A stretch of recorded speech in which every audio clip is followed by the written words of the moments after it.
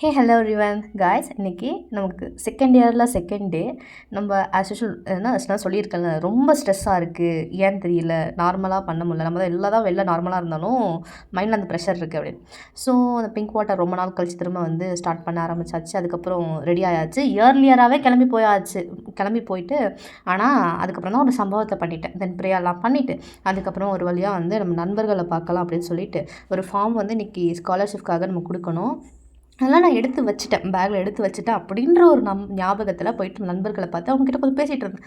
அதுக்கப்புறம் செக் பண்ணால் தான் சம்பவமே, பேக்கில் ஃபார்ம் இல்லை. தென் டக்குன்னு அவசரமாக ஓடி போய் திரும்பி போயிட்டு அந்த ஃபார்மை வந்து சீக்கிரமாக எடுத்துகிட்டு வரணும்னு ஓடி போயிட்டு, ப்ரெஷர் ஆகக்கூடாது, ஸ்ட்ரெஸ் ஆகக்கூடாது, இயர்லியாக கிளம்புனாலும் சரியான ஸ்ட்ரெஸ்ஸு. அதுக்கப்புறம் ஒரு வழியாக ஃபர்ஸ்ட் 4 ஹார்ஸ் அட்டன் பண்ணிட்டு ஆஃப்டர் லஞ்ச் நம்ம ஹரணி வந்து ஒரு டிஷ் கொண்டு வந்தா. பேர் ஏதோ புசு சாக்லேட்னா புசுன்னு இருக்கிறதுனால நானும் இந்தும் இப்படி ஃபேஸ் வச்சுருக்கிறதுக்கான ரீசன் என்னன்னு உங்களுக்கு தெரியும்னு நினைக்கிறேன். டார்க் சாக்லேட் பிடிச்சவங்களுக்கு பிடிக்கும். அதுக்கப்புறமேட்டு ஹரணி சொன்னால் முன்னாடி சாப்பிட்டு பார்த்தோமா நல்லாயிருக்கும்னா, கடைசி நேரத்தில் நான் இன்னும் சாப்பிட்லடா, நீங்கள் தான் எப்படி இருக்கணும்னு சொல்லணும்னா, அப்போ தான் முடிச்சுட்டா போங்க அப்படின்ற ஒரு டைலாக் எங்கள் மனசில் வந்துச்சு. ஆஃப்டர் இந்த பேக் அண்ட் டெவலப் பண்ணுறதுக்காக கொஞ்சம் ஒர்க்கெல்லாம் பார்த்துட்டு இருந்தோம். அதுக்கப்புறம் இந்த ஷர்னி வந்து கால் பண்ணிக்கிட்டே இருந்தா விடாமல். வந்து பார்த்தா அவள் இன்னும் இப்போ ஃப்ரீயாக உட்காந்து ஃபோனை பார்த்துட்டு இருந்தா. அதுக்கப்புறம் சரிறா அப்படின்ட்டு கிளம்பிட்டோம். இங்கேயும் நம்ம நாவல் போகலாம், நம்ம கண்ணு முன்னாடி தெரியும் ஆனால் பறிக்க முடியாது, அதே தான் நிலமை. அதுக்கப்புறமேட்டு ஷர்னி வந்து ஒவ்வொன்றா சொல்லிட்டு இருந்தா, இன்றைக்கி இப்படி நடந்துச்சு, அப்படி நடந்துச்சு, இந்த விஷயம் நடந்துச்சு, அந்த விஷயம் நடந்துச்சு அப்படின்ட்டு. நானும் சரி அப்படியா இப்படியா அப்படின்னு சொல்லிட்டு கேட்டுட்டு நானும் போயிட்டே இருந்தேன். பாதி விஷயம் காதில் வாங்குவோம், பாதி விஷயம் காதில் வாங்க மாட்டோம். அப்படியே போயிட்டே இருப்போம். போயிட்டே இருந்துட்டு ஒரு வழியாக வந்து வீட்டு ரீச் ஆகும்போது, என் காலேஜில் எனக்கு இன்னும் ரொம்ப பிடிச்ச விஷயம் என்ன தெரியுமா? ஆனால் இந்த இது கேப்சர் பண்ண முடியல.